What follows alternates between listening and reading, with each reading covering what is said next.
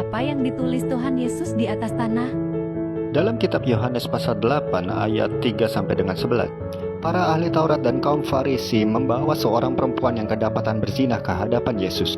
Mereka berkata kepadanya bahwa menurut hukum Taurat perempuan ini harus dirajam. Apa pendapatmu?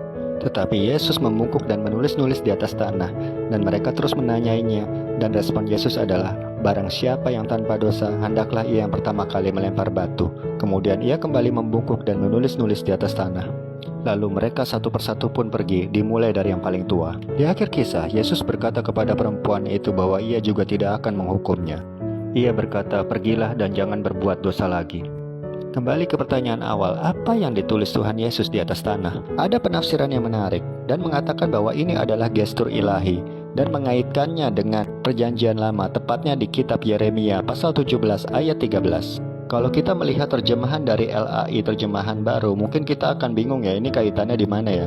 Tapi kalau kita melihat terjemahan Inggris seperti King James Version atau beberapa versi terjemahan lain seperti AVB atau Shelaber, kita bisa dengan jelas melihat keterkaitan antara teks perjanjian lama ini dengan gestur ilahi yang dilakukan oleh Tuhan Yesus. Dan keseluruhan Alkitab adalah paduan kisah yang mengarah kepada Yesus.